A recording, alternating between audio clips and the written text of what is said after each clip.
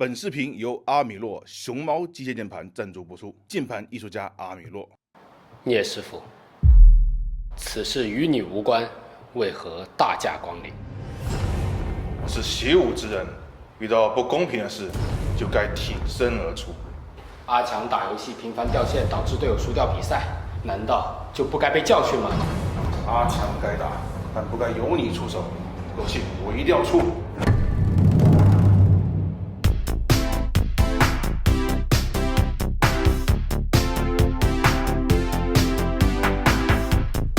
不要打了啦！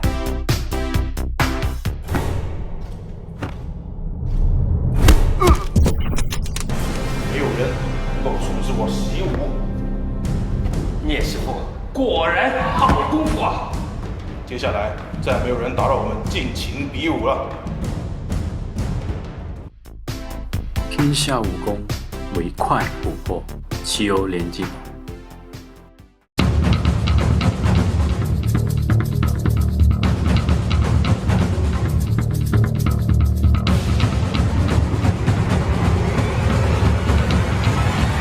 全宇宙的华人玩家，各位好，我是聂俊哈。曾经我们的人王一的鉴赏视频，因为结合了剑道的知识和思想，获得了大家的好评。现在人王二发售了哈，很多观众又在期待我们能否继续装逼了。很可惜啊，各位要失望了。人王二里新增的内容呢，已经和剑道没有任何关系了，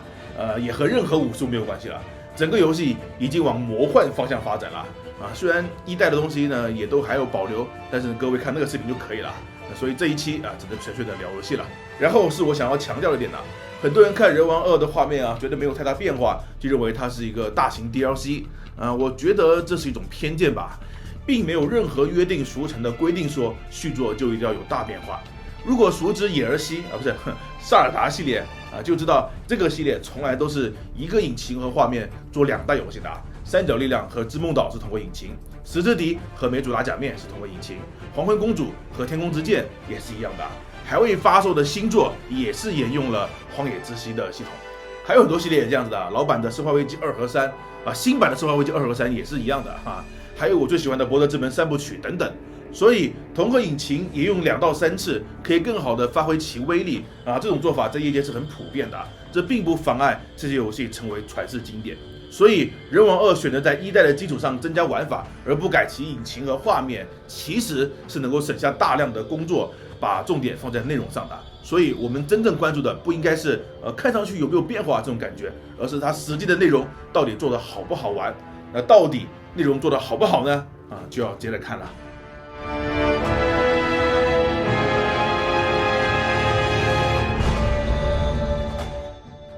人王系列的故事设定在日本战国时期，照理来说，作用这么大历史背景，应该完全不用担心系列化的问题哈。但光荣偏偏不按套路出牌，初代人王一起手就是战国大后期，主角杰洛特帮助德川家康一统天下，战国时代就此画上句号，后路直接焊死哈。可能光荣也没想到这个 IP 会这么成功吧。现在要出续作了，又不能让杰洛特威廉重操旧业，而且必须换主角哈，主要是为了开放自建人物。不然社区那帮整天嚷嚷着要妹子的人实在太烦了。所以人王2在设定上注定只能是前传，但是却也没往前多少哈，讲的是丰臣秀吉的崛起，剧情上和前作是一个前脚一个后脚，所以如果有第3代，那8成还得是人王2的前传。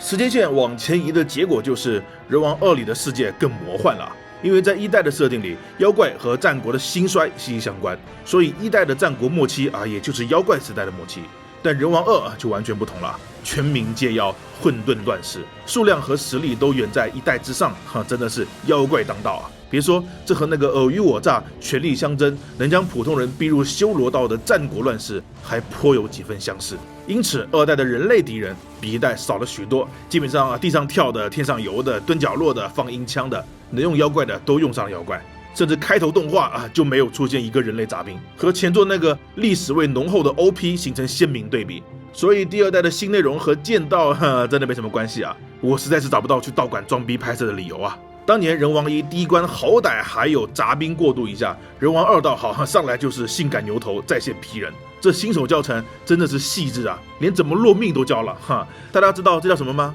这叫突出游戏核心体验哈！这游戏玩的不就是花样落命吗？开篇记点题没毛病，大公司做游戏就是不一样，感动的我当下就给光荣寄了一箱刀片啊，还是到付的。主角啊，干脆也成了半人半妖，所以这一代的99变身啊，就是赛亚人变身。不过把主角设定为半妖的真正目的，不是为了满足变态的捏脸欲望，而是为了加入妖反和妖怪技能这2个新的核心机制。妖反顾名思义就是变成妖怪反击哈，对应到游戏里，基本上所有敌人这一代都加入了红手大招，看到敌人出招前发红光了啊，就说明这一招是可以用妖反来打断的。是不是有点眼熟呢？没错，像极了忍龙3里姨妈手断骨系统的进阶版本。果然不是一家人啊，不进一家门啊。当然，妖反没有断骨那么霸道，不能秒杀，只能打断。但这在人王这种游戏里也足够牛掰了。因为初代人王很多妖怪除了破脚，基本是很难打出硬直的，而且很多对人类有用的防反技能，对妖怪特别是 BOSS 要么收效甚微，要么干脆没用。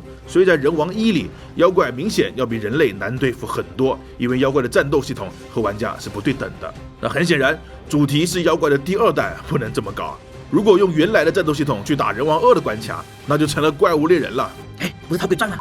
所以虽然一开始我也很不适应妖反的加入，总会本能的用1代的方式去战斗啊，受了不少苦。但在彻底上手之后，我得说妖反确实让人王2的战斗更加刺激了。毕竟传统的防反系统人王1里就有了，但普通玩家基本上很少用到，因为风险太高啊。在一个挨不过3刀的游戏里，期待广大玩家积极防反啊是不现实了，更何况还不是所有敌人都吃防反。妖反作为一个半强制性的机制，很好的弥补了妖怪和玩家之间悬殊的实力差距，操作难度也不算太大，具有良好的削金属性。最重要的是对所有敌人一视同仁啊，就算是 BOSS 也照样打断，彻底改变了人王的战斗节奏，给了玩家更多的主控权，不再一味的躲避伤害。所以妖反系统一旦上手，会发现2代的战斗比1代更加流畅。不过尴尬的是，随着妖反的加入，防反对于普通玩家的意义就更微妙了。虽然2代把防反的条件放宽了很多，但依旧改变不了妖反性价比更高的现实，所以能妖反的玩家一定不会防反。至于妖怪技能这个系统，大家可以理解为血屋里的碎片也就是每个妖怪都对应一个可以装备的特殊招式，算是新的 RPG 要素吧。运用得当会给战斗起到不错的辅助效果，比如神级宝可梦夜刀神走过路过不要错过啊，用过都说好，强烈推荐大家装上啊，立马降低了游戏难度。总的来说，人王2的战斗系统给我的感觉就是花样更多了。又是妖反，又是妖怪技能，原本的上中下3段轮转，加远程，加人法，加阴阳，加3种妖怪形态，再加上9把武器和一些有的没有的，那真的是可以玩出很多组合。如果说初代的人王是一款借助禅心和架势切换，巧妙的模拟传统剑道精髓的游戏，那么人王2就如同这代的主题一样，还妖魔化了，少了一份踏实，但也多了一份狂野。然而这份狂野是有代价的作为一个玩过前作却依旧在人王2里花费不少时间才慢慢习惯新系统的老玩家，我实在无法想象没有玩过前作的新玩家会在人王2里经历一段怎么样的上手体验这个过程一定不会是美好的回忆，毕竟前作光是让玩家学会禅心和架势轮转就难住了一大票人，现在新手一上手就要会禅心、会架势、会摇反，要素过多因为这3个系统都需要肌肉记忆的，需要一个训练期，训练不了就直接劝退。再说关卡的体验人王2的关卡节奏相比前作少了很多起伏，因为这一代妖怪占比实在太高了，但妖怪本身在人王里又属于精英怪的范畴，也就是说人王2里充斥着精英怪，玩家的神经始终都是紧绷的时间久了反而就感觉不到高潮了。我甚至丧失了精英怪的概念以前玩人王1的时候，每次看到会出隐藏怪的小尝试，都会明白要打一个比较厉害的角色啦，有点小紧张但人王2里就完全麻木了。有的时候甚至会觉得啥？就你这还躲尝试里面？你还没有我前面打的路人厉害呢？你是怕了我才躲尝试里的吧？或许这也是为什么人王2要加入整个区域都是尝试的长按系统了吧？但我并不是很喜欢长按这个设计，因为长按虽然会加强怪物的能力，提高难度，但本质上打的还是那些家伙。说白了就是精英怪遍地跑了，不好加难度了，那就强行上 buff 呗，方法过于直白。不过 BOSS 的长按还是有必要的毕竟妖反很强大，长按算是平衡吧。BOSS 发动长按进入愤怒状态，也很符合妖怪的气场，氛围渲染很到位，有种虽然占据优势，但有可能随时被翻盘的紧张感。至于人王2的地图设计大家自己体会一下吧。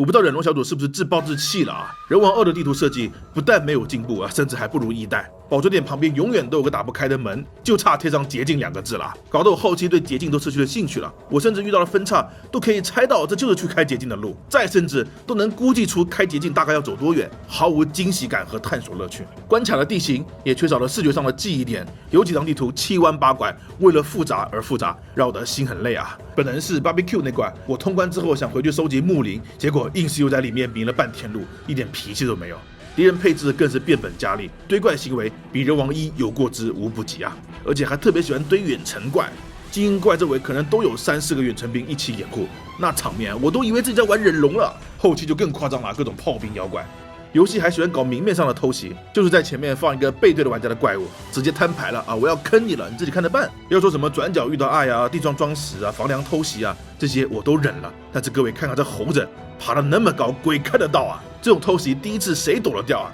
关键投机伤害还巨高，动不动就秒人，就说气不气人吧。反正我个人是非常讨厌人王2里的堆怪方式，基本没有技巧可言。它不是宫崎英高那种让人一边被坑一边还感叹哦原来还能这么害人的精妙设计。人王2的坑人只能让人恼火，仅此而已。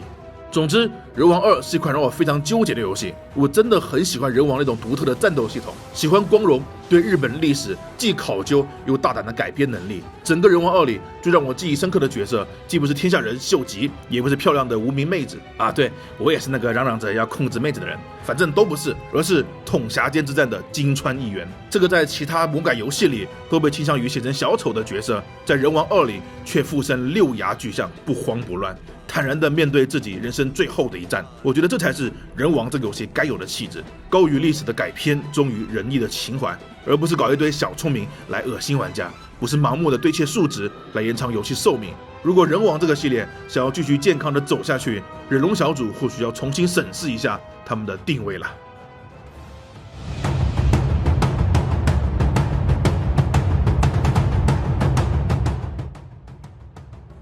在2017年之前，我曾认为魂类游戏是难以复制的，但人王打破了我的偏执。在它刚发售的时期，我真的很享受这款游戏。从玩得起人王的鉴赏里就能看出，媒体和玩家也给出了颇高的评价，游戏销量不断攀升，一切看来都很美好啊。然而，随着后续的3个 DLC 的发售，转折点出现了，极度崩坏的数值、丧心病狂的堆怪，加上盲目叠加的多周目，人王的口碑急转而下，瞬间又成了玩家吐槽的对象。就我来说我一个这么喜欢人王的玩家，1代的3个 DLC 也让我非常不爽啊，好几次都想弃坑，最后真是耐着性子强迫自己才玩通了。现在人王2发售了，光荣却表示其预售成绩没有达到预期，各种销量的统计也显示人王2的销量似乎远没有1代好看，迟早会出 PC 版确实影响了一部分销量，但人家怪物猎人也一早公布的 PC 版呢，主机版的销量还不是蹭蹭的飞。事实上，那3个 DLC 才是最大原因。初代因为是新 IP， 很多缺点都还不明显，而 DLC 却提前放大了潜在的缺点。而人王2修修补补又3年，却没有从根本上解决问题。所以人王面临的困境，真的就只是糟糕的数值规划吗？为了读懂这里面的来龙去脉，为了搞懂初代埋下的潜在缺点，我们需要看向这个系列更基础的设定。人王是一款从底子上借鉴黑魂的游戏，但魂系游戏本质上是个关卡驱动型游戏。场景路线的设计、敌人摆放的位置，都比战斗本身更重要。这点来说，和马里欧有相同逻辑。哪怕到了只狼这一代，看似加强了战斗，但也依旧是建立在关卡驱动之上的。所以和真正的动作游戏比起来，魂系游戏包括只狼战斗一直都是简化的。黑魂的回合制自然不用多说了，血缘的武器可以变形，但也没有了复杂的招式。只狼虽然显得更华丽了，但实际研究也能看得出它的招式其实很朴素，真正的核心在于架招也就是打铁。但人王就不一样了 ，Team Ninja 的身世决定了人王是一款战斗驱动的游戏，而非关卡驱动，所以自然不能奢望它的关卡设计的多优秀啊。但哪怕是人王1的战斗系统，它能玩出的花样也远比只狼多得多，人王2就更不用说了。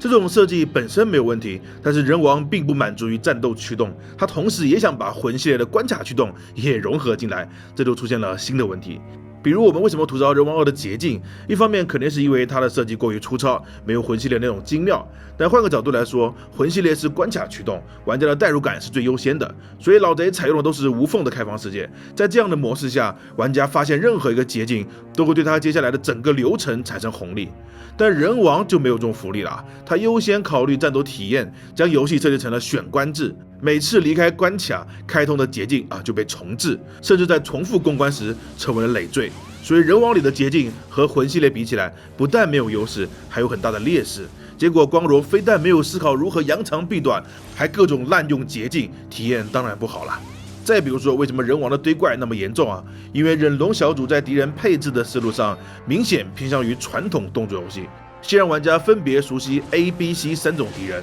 然后 A 加 B、A 加 C、B 加 C， 最后再来一个 A 加 B 加 C， 关系复杂极了。这就还是忍龙鬼泣的思路啊！所以人王的敌人打来打去就那几种，很多还是从开头一直贯穿到尾啊。但魂系列是关卡驱动，敌人是要和场景关联甚至绑定的所以玩家每到一个新区域都会遇到新的敌人。这样的好处就是，就算玩家的水平不断提高，游戏也不用堆怪，新敌人的新套路就是对玩家的新考验。当然，这两种驱动型单独拿出来看都没有问题并不是说魂系列就更优秀，但放在一起就很难婚姻美满了因为魂系列的驱动型决定了它的战斗系统是以1对1为前提设计的哪怕场景里有很多怪，都能通过各种方法1对1，最多1对2。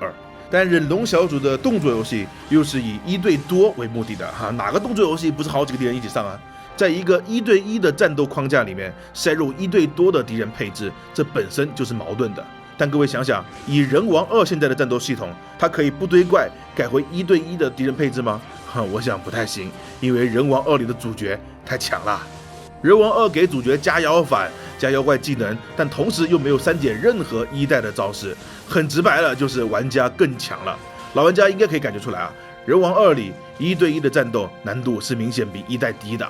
虽然依旧是3招就秒人，但要是真的降低了怪物的伤害，难度怕不是要指数级下降了。所以人王2里的人类敌人少了很多，因为他们真的太弱了。游戏难度为了匹配变得更强的主角，只能提高精英怪的比例，不断堆最后就堆成人王2现在这个样子。反观老贼的魂系列他就很懂得平衡玩家对困难的理解因为招式华丽，还要各种连段攻击和极低的容错率几下就死，本身就是矛盾的。容错率低，必然会因为谨慎变成回合制，而要求玩家积极进攻，靠连招来战斗，就必须提高容错率。如果两个非要合在一起那就忍龙的超人难度了，这种难度大众玩家是驾驭不了的。但低容错呢，又是魂系列想要追求的刺激体验，所以为了保留低容错的特色，魂系列一直都在刻意降低战斗系统的复杂程度。血缘加入了枪反，但是删掉了盾牌；智狼引入了驾驶玩法，又取消了精力的限制，为的就是降低战斗的信息密度，同时也保证了游戏不需要为了追上玩家的能力而疲于创造更强大的敌人。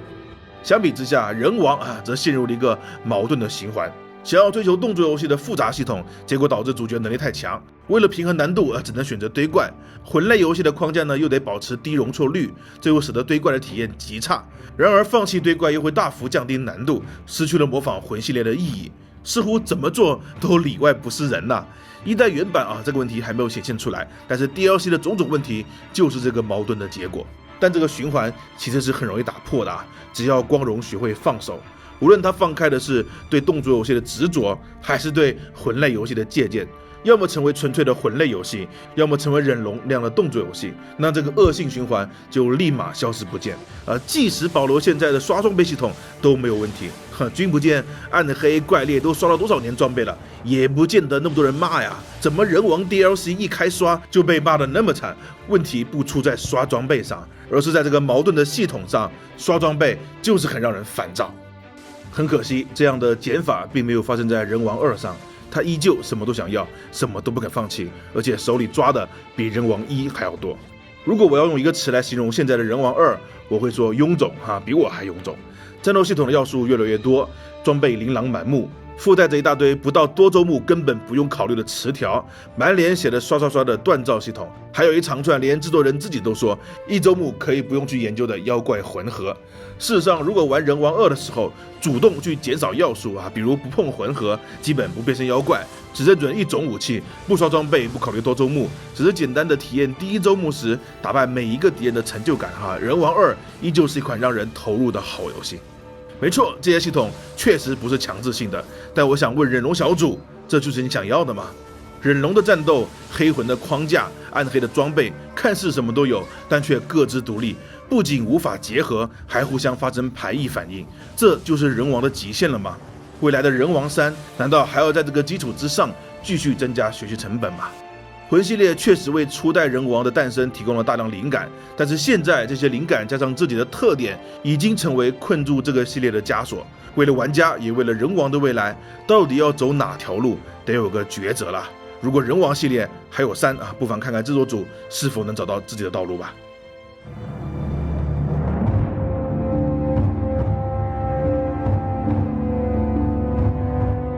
在购买建议之前，先到 Gameker 攻壳商城逛逛吧。大量高品质正版授权的游戏装备，供各位玩家把自己武装到脚趾。某宝搜索 Gameker 攻壳商城，不要找错店铺啊。那人王2什么样的玩家适合购买呢？我觉得现在来看暂时只推荐给通关的第1代，并且也很喜欢第1代的玩家。这些玩家上手起来呢会容易很多，但是同样这些玩家里面也会有一大半无法接受和习惯星座里面妖反和大量妖怪的打法，而没有接触过任何一作的新玩家，我反倒觉得可以尝试一下已经有了 PC 版本的前作